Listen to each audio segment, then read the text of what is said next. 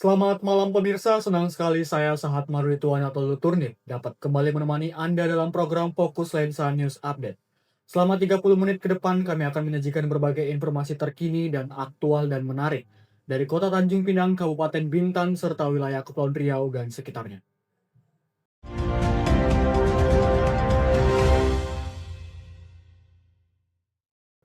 Pemirsa, informasi pertama yang akan kami sajikan hari ini sebagai pembukaan datang dari Kabupaten Bintan. Turnamen sepak bola Bupati Cup ketiga kembali digelar di Kabupaten Bintan. Kompetisi yang melibatkan puluhan tim dari berbagai kecamatan ini menjadi ajang pengembangan bakat sekaligus pembinaan atlet muda menuju kompetisi yang lebih tinggi. Berikut laporan selengkapnya. Turnamen Bupati Cup 3 digelar di lapangan sepak bola Asura kilometer 20 Kecamatan Bintan Timur. Kompetisi yang berlangsung sejak 12 Mei hingga 31 Mei 2026 ini merupakan hasil kerjasama pemerintah Kabupaten Bintan, Dinas Pemuda dan Olahraga, serta Askap PSSI Kabupaten Bintan. Karena lapangan kilometer 20 ini sangat memadai, salah satunya keunggulan di bidang rumput dan stadion dan tempat nontonnya juga luar biasa, pemandangan view-nya juga luar biasa, sehingga itulah salah satunya untuk terpilih menjadi event Kabupaten Bintan khususnya di Bupati Cup tahun ini. Tujuan utamanya untuk menciptakan para pemain-pemain yang luar biasa ataupun pemain-pemain masa depan Kabupaten Bintan untuk persiapan event Popda yang ada di depan mata dan sama juga dengan persiapan Poprov ke depan untuk pekan olahraga provinsi yang ada di Provinsi Kepulauan Riau.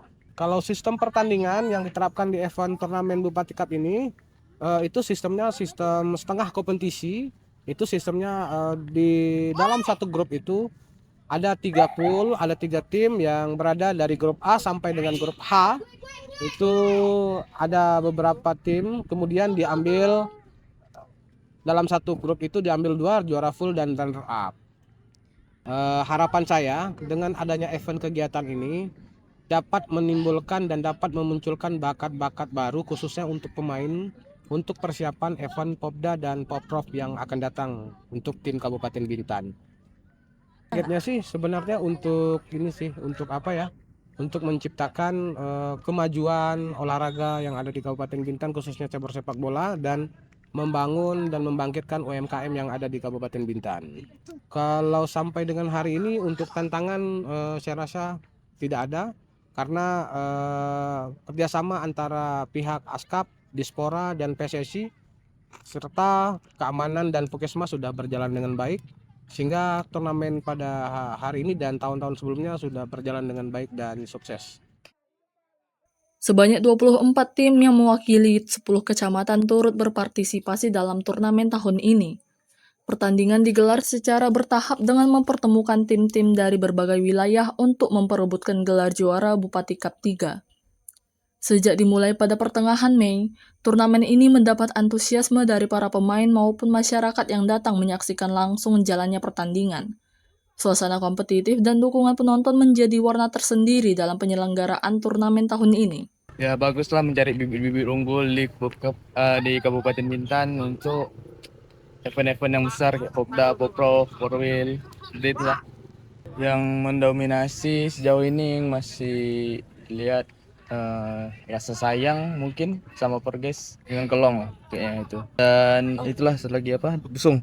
Penting biar adik-adik kita bisa ngerasain hiporia dan atmosfer ramen yang besar. Cukup senang dan kecewa sih karena kebobolan 1 gol tadi. Turnamen Bupati Cup tidak hanya menjadi ajang persaingan untuk memperebutkan gelar juara. Lebih dari itu, kompetisi ini menjadi salah satu sarana pembinaan dan pengembangan olahraga sepak bola di Kabupaten Bintan. Melalui kegiatan ini, para pemain memiliki kesempatan untuk menunjukkan kemampuan mereka serta menambah pengalaman bertanding dalam suasana kompetisi resmi. Kehadiran berbagai tim dari sejumlah kecamatan juga memberikan pengalaman berharga bagi para peserta dalam menghadapi karakter permainan yang berbeda-beda. Di sisi lain, kompetisi ini juga menjadi momen yang dinantikan oleh para pemain muda untuk mengasah kemampuan dan membangun semangat sportivitas. Bagi mereka, turnamen seperti ini menjadi salah satu wadah penting untuk terus berkembang dan menunjukkan potensi yang dimiliki. Ribuan masyarakat memadati kawasan Taman Tepi Laut Kota Tanjung Pinang untuk menyaksikan pawai takbiran Idul Adha 1447 Hijriah. Untuk menjaga keamanan dan ketertiban selama kegiatan berlangsung, aparat kepolisian menurunkan puluhan personil di sejumlah titik pengamanan. Untuk mengetahui informasi selengkapnya, kita langsung bergabung dengan reporter kami Bilkis Bazika Akbar yang berada di lokasi. Baik, terima kasih Sahat. Selamat malam pemirsa. Situasi saat ini di malam takbiran Idul Adha tepatnya di Kota Tanjung Pinang pada Selasa malam 26 Mei 2026. Ribuan masyarakat memadati kawasan tepi laut untuk menyaksikan pawai takbiran yang diikuti oleh pelajar, masyarakat, serta berbagai organisasi Islam. Peserta pawai membawa kendaraan hias bernuansa Islami sambil mengumandangkan takbir, tahmid, dan tahlil di sepanjang rute pawai. Suasana semakin semarak dengan dekorasi lampu warna-warni dan antusias masyarakat yang memadati lokasi kegiatan. Untuk menjaga keamanan dan ketertiban selama pawai berlangsung, aparat kepolisian bersama petugas keamanan turut melakukan pengamanan di sejumlah titik. Untuk mengetahui persiapan dan pengamanan yang dilakukan selama kegiatan berlangsung, berikut wawancara bersama pihak kepolisian. Baik, selamat malam Bapak. Boleh kami tahu dengan Bapak siapa? Bapak Ibda Joni Haposan Butar-Butar. Baik Bapak. Bapak, sebelumnya saya izin bertanya. Bagaimana persiapan pengamanan yang dilakukan selama pawai takbiran berlangsung? Selama pawai takbiran, tadi pagi kami sudah apel gelar pasukan di Polres tadi pagi. Sekarang kami di sini sedang mengumpulkan anggota untuk melaksanakan pengamanan PAM takbiran ini, yaitu terdiri dari Samapta, Reskrim, Intel, dan Lantas. Bapak, boleh nggak kami tahu berapa jumlah personel yang diturunkan untuk pengamanan pada malam ini? Pada malam ini ada sekitar 30 personil digabung semua sat fungsi tersebut tadi. Kira-kira apa langkah yang dilakukan petugas untuk menjaga keamanan dan kelancaran lalu lintas? Baik, terima kasih. Untuk keamanan lalu lintas kita nanti akan plotting anggota-anggota baik di start maupun di jalur-jalur yang akan dilewati oleh pawai takbir tersebut. Baik. Kira-kira ada nggak kendala selama pengamanan berlangsung, Bapak? Untuk sementara kita kendala belum ada. Nanti mungkin kita akan buat jikalau ada kemacetan, nanti kita akan buat rekayasa lantas, istilahnya seperti buka tutup untuk memperlancar jalur lalu lintas. Baik Bapak, kira-kira Bapak ada nggak himbauan kepada masyarakat selama malam takbiran? Apa yang mau Bapak sampaikan kepada masyarakat? Baik, terima kasih untuk himbauan kepada masyarakat untuk tetap menjaga keselamatan berlalu lintas dengan menggunakan helm dan tidak boncengan 3 kendaraan 2. Baik, terima kasih Bapak sudah meluangkan waktunya untuk menjalankan wawancara bersama kami ya Bapak. Baik, terima kasih. Selain pengamanan dari aparat, masyarakat juga menyambut antusias pelaksanaan pawai pada takbiran pada tahun ini. Berikut tanggapan dari warga yang mengikuti kegiatan pawai takbiran Idul Adha di Kota Tanjung Pinang. Baik, selamat malam Abang. Boleh kami tahu dengan Abang siapa? Abang Eris. Baik, Bang Heris, boleh Abang kasih tahu ke kami bagaimana suasana yang dirasakan selama mengikuti pawai takbiran tahun ini? Jadi kan selama ini kan kami memang belum ikut juga. Baru kali ini berpartisipasi. Ini menurut masukan dari teman-teman kita yang sering nonton. Jadi kenapa kami membawakan tema Kurama dari animasi Naruto tahun ini, karena kita tidak mau event yang dibuat pemerintah Kota Tanjung Pinang ini berjalan dengan monoton dan itu-itu aja. Jadi kita ada kesan yang berbeda di tahun ini. Jadi kan kami berharapnya yang lain, teman-teman peserta yang lain juga bisa berinovasi lagi. Gitu. Oke. Boleh mungkin Abang bisa beritahu ke kami mengapa tertarik untuk ikut serta dalam pawai ketakbiran Idul Adha tahun ini? Ya itu, kami sebenarnya sudah lama tertarik ini. Cuma kan kita belum bisa mengikuti ini tahun-tahun sebelumnya karena memang ada terkendala dari teman-teman. Tapi alhamdulillah tahun ini kami ikut berpartisipasi ini dan pemerintah Tanjung Pinang sangat welcome sama kami. karena kami memang di sini memang membawakan tema yang agak beda dari yang lain.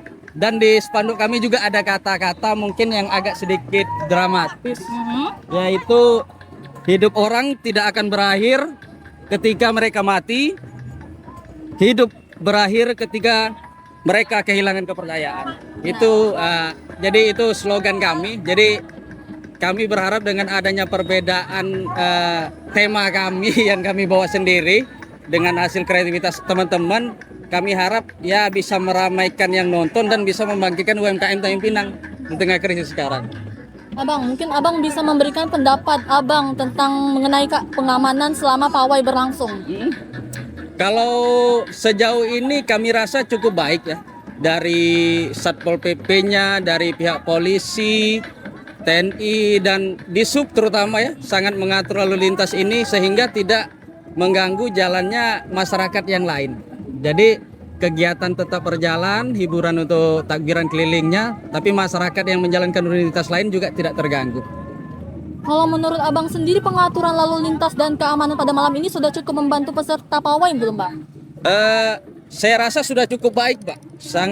Sangat baik saya rasa untuk tahun ini memang dari keamanan dari polisi lantas ya, dari Disub juga memang berkolaborasi untuk menertibkan jalan dan sehingga memang kami merasa peserta ini terbantu. Kalau Mbak tentang keamanan ya nih, Bang. Menurut abang sendiri seberapa penting pengamanan dalam kegiatan pawai seperti ini? Sangat penting, Mbak, karena di tengah krisis seperti ini kan kita kejahatan makin meningkat. Apalagi di kerumunan-kerumunan segini memang perannya keamanan ini sangat membantu. Kita takut ada hal-hal yang tidak diinginkan seperti anak-anak juga harus diawasi. Karena pihak keamanan mungkin tidak mungkin mengawasi anak-anak, jadi orang tua juga harus menjadi keamanan untuk anak-anak yang menonton. Baik Bang Heris, terima kasih sudah meluangkan waktunya untuk melakukan wawancara bersama kami ya Bang. Ya, terima kasih banyak.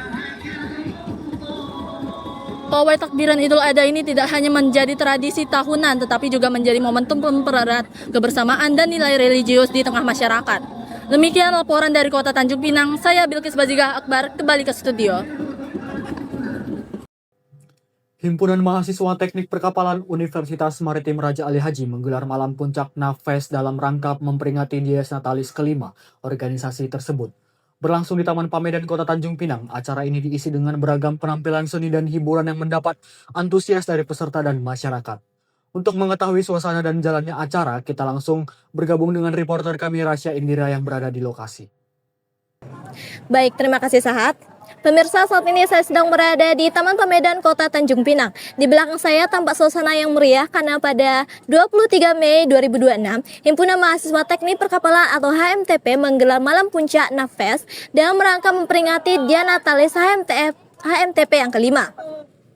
Untuk mengetahui lebih jauh mengenai tujuan dan persiapan kegiatan ini, kita sudah bersama dengan Ketua Pelaksana NAFES yaitu Bang Wiki. Nah, halo Bang Wiki, apa kabar? Alhamdulillah baik. Langsung ya Bang, menurut Abang sebenarnya acara NAFES itu apa sih? Nafes itu kayak malam puncak Dies Natalis kami untuk kayak pembagian hadiah. Itu kayak penampilan tadi itu kayak cuman biar tak langsung pembagian hadiah gitu aja, kayak ada penghiburnya juga baru bagi hadiah. Siapa saja yang terlibat dalam persiapan dan pelaksanaan acara ini Bang? Untuk siapa aja tuh yang pertama ya tentunya panitia-panitia kayak himpunan teknik perkapalan, terus ada juga yang dari bantu kayak sponsorship gitu. Kenapa sih dipilihnya Taman Pamedan ini sebagai lokasi untuk acara NAFES di tahun ini? Kami memilih Pamedan ini karena Pamedan ini kan di tengah-tengah kota gitu, biar banyak pengunjung yang datang juga, makanya kami memilih Pamedan. Mungkin untuk persiapan acara kira-kira sudah dilakukan sejak kapan? Sekitaran 2 atau 3 bulan yang lalu gitu. Tujuan dari acara ini kan dalam rangka Dies Natalis HMTP kelima ini apa sih Bang? Dies Natalis ini kayak ulang tahun kayak berdirinya teknik perkapalan. Nah, jadi setiap tahunnya itu kami mengadakan Dies Natalis untuk memperingati ulang tahunnya atau berdirinya teknik perkapalan. gimana cara panitia menyiapkan acara ini supaya bisa berjalan dengan meriah dan lancar? Tentunya harus butuh kerjasama untuk menyiapkan acara sebesar ini, dan juga acaranya juga udah disiapkan sekitar 2 atau 3 bulan yang lalu gitu Kak. Jadi menurut saya sudah lumayan matang lah. Oke. Baik, terima kasih Bang Wiki. Semoga acaranya lancar sampai dengan selesai ya. Terima kasih Kak. Permisa, selain rangkaian acara resmi, Nafes juga mendapatkan antusiasme dari para peserta yang hadir. Mereka menikmati suasana acara, penampilan seni, serta hiburan yang telah disiapkan oleh panitia. Acara ini menjadi salah satu momentum penting bagi keluarga besar HMTP karena bukan hanya menjadi perayaan hari jadi organisasi. Dengan mengusung tema bersama merayakan prestasi, mengarungi masa depan, Nafes hadir dengan nuansa bahari yang kuat. Kegiatan malam puncak ini berlangsung dari pukul 5 sore hingga 10 malam lewat 5 menit waktu Indonesia Barat. Berikut ini adalah tanggapan dari peserta yang hadir dalam malam puncak Nafes. Halo Kakak Nisrin dan Kakak Dea. Gimana nih Kak acara Nafes malam ini menurut kalian? Untuk acara Nafes malam ini lumayan seru sih, menyenangkan juga, rame, stand-standnya banyak, bahkan ada foto booth juga kan di sini. Seru sih untuk malam ini. Oke, kalian ini datang sebagai peserta, mahasiswa atau tamu undangan nih kira-kira? Kami di sini sebagai pengisi acara sih Kak. Tamu undangan jatuhnya. Menurut kalian, suasana Nafes di Taman Pemedan malam ini tuh seperti apa sih? Cukup meriah ya? Cukup meriah ya, walaupun nggak semeriah itu, cuman ini udah cukup ramai untuk untuk sebatas disnatalis sebuah himpunan prodi ya. Dan karena ada sebelumnya ada cuaca yang hujan deras juga kan, jadi ada kendala sedikit di sini ya. Kakak sendiri di sini sudah dari jam berapa nih kira-kira? Kami dari sini ada dari abis maghrib tadi sih, kan sekalian persiapan untuk tampil juga. Apa alasan tertarik datang ke acara Nafes hari ini? Jelasnya ya karena kami sebagai tamu undangan ya, kami di sini itu diajak untuk memeriahkan acara, jadi kami datang. Menurut kakak berdua, rangkaian acara dan penampilan malam ini tuh bagaimana? Bisa diulang? Menurut kakak berdua, rangkaian acara dan penampilan malam ini tuh bagaimana? Cukup tertata ya, dan tidak terlalu berserak dan nggak itu bahasanya.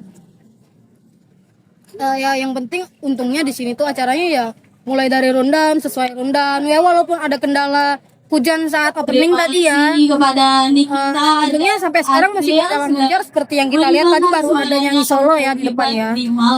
Oke, baik. Terima kasih untuk Kak Nisrin dan Kak Dea. Semoga menikmati acara hari ini ya.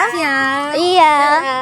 Pemirsa, melalui kegiatan ini, Nafes menjadi bukti bahwa perayaan Dia Natalis bukan hanya tentang pertambahan usia organisasi, tetapi juga tentang semangat kebersamaan, kreativitas, prestasi, dan harapan untuk terus berkembang di masa depan. Demikian yang saya dapat sampaikan. Saya Rasya Indira, melakukan dari Taman Pemedan Kota Tanjung Pinang. Kembali ke studio. Langsung saja kita Aktivitas pelayaran kapal Roro di Pelabuhan Dompak sementara dihentikan karena kapal tengah menjalani proses docking atau perawatan berkala. Kondisi ini berdampak pada masyarakat yang selama ini mengandalkan layanan penyeberangan tersebut untuk mobilitas dan distribusi barang. Berikut hasil liputannya.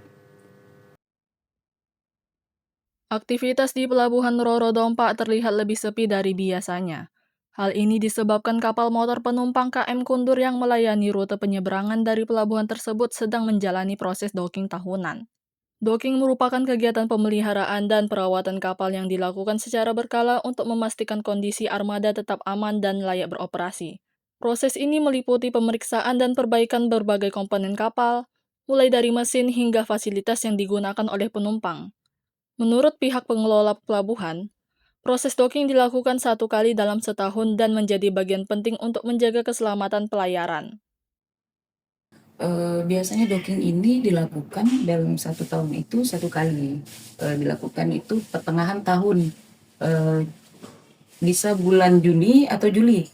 Jadi ini kan sudah masuk ke bulan Juni dan sudah ada surat resmi dari ASDP sebagai pemilik kapal. Nah kami di sini itu sebagai pengelola pelabuhan gitu. seperti fasilitas kapal, seperti kursinya mungkin kurang baik, atau untuk ramdor naik turun pembukaan maksud penumpang dan kendaraan gitu. Kami hanya memberikan himbauan bahwa kapal sedang docking gitu. Jadi tidak ada pelayanan kapal selama 1 bulan. Kalau untuk kapal di sini itu untuk alur ya. Alur di sini itu dangkal. Selama masa docking berlangsung, operasional kapal dihentikan sementara selama kurang lebih 1 bulan. Belum tersedianya kapal pengganti membuat sebagian masyarakat harus menyesuaikan rencana perjalanan mereka. Tidak hanya penumpang, penghentian sementara layanan ini juga berpotensi mempengaruhi aktivitas distribusi barang yang selama ini memanfaatkan jalur penyeberangan tersebut. Sebagian pengguna jasa terpaksa mencari alternatif transportasi lain untuk mencapai tujuan mereka.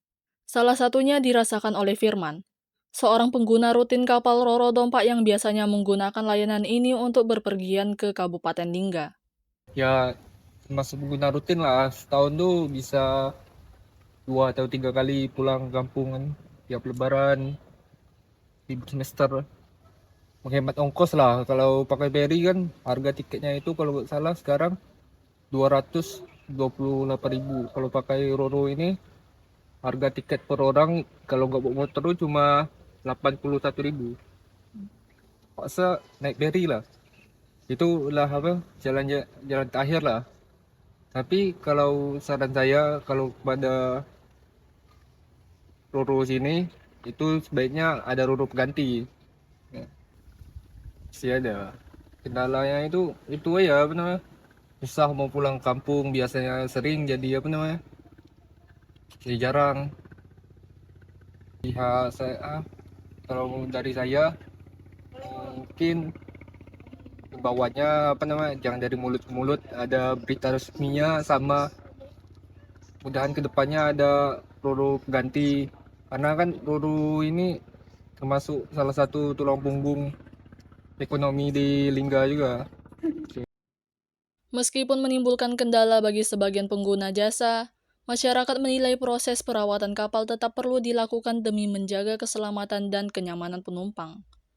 Pihak pengelola pelabuhan mengimbau masyarakat untuk memantau informasi resmi terkait jadwal operasional kapal hingga masa docking selesai dilaksanakan.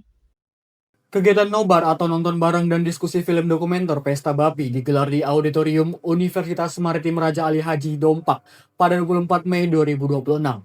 Kegiatan yang diselenggarakan oleh Rusdiah Club bersama HMI Komisi Rat Visip ini mengusung tema Layar Terkupas, Ruang Dialog Mengupas Tuntas Realita dalam Lensa. Acara ini menjadi wadah bagi mahasiswa untuk menyaksikan film dokumenter sekaligus berdiskusi mengenai isu sosial dan kemanusiaan yang diangkat dalam film. Berikut beberapa tanggapan mahasiswa yang turut hadir dan menyaksikan film dokumenter sekaligus mengikuti sesi diskusi.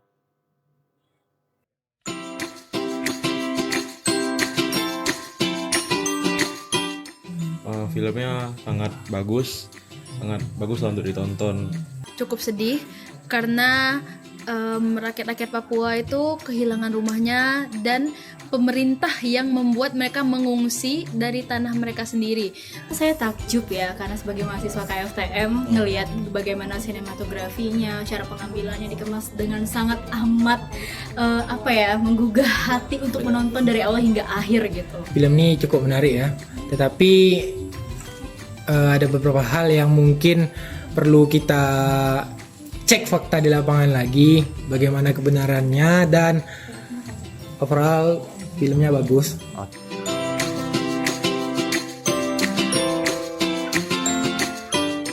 Kayak politik harus jangan terlalu gimana kali lah dengan Papua segala macam.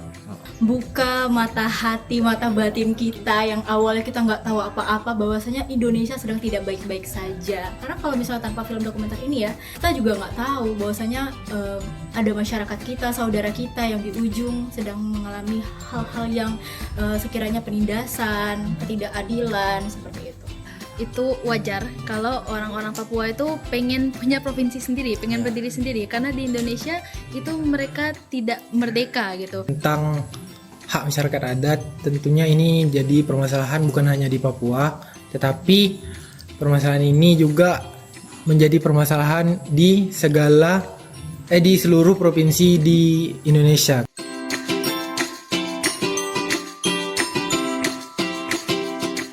penting kali bang, penting, sangat penting. Menurut saya penting, karena dari film ini menunjukkan bahwasannya dari sisi kemanusiaan, sisi sosialnya juga ngena. Sangat penting, karena kebanyakan isu-isu sosial dan isu-isu politik seperti ini dibahas dan dikemas dalam film-film dokumenter. Oh, sangat penting ya, karena ini kita bisa melihat juga ya, bukan cuma dari segi sosial saja, dan mungkin banyak hal lagi yang bisa kita gali dari film ini.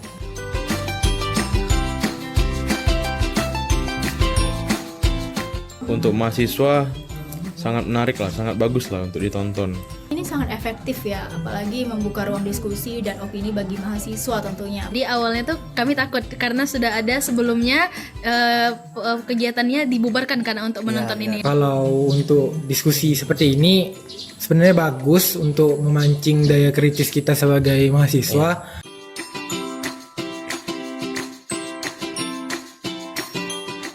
Mungkin ya beberapa oknum mungkin merasa tertekan. Tentunya terkejut, bukan terkejut sih karena ini Indonesia, tapi lebih ke marah. Nggak semua orang berani untuk membuat film dokumenter yang kritis, menyinggung terkait isu sosial, isu-isu aparat pemerintah dan lain sebagainya. Dan menurut saya ini salah satu karya yang menurut saya luar biasa.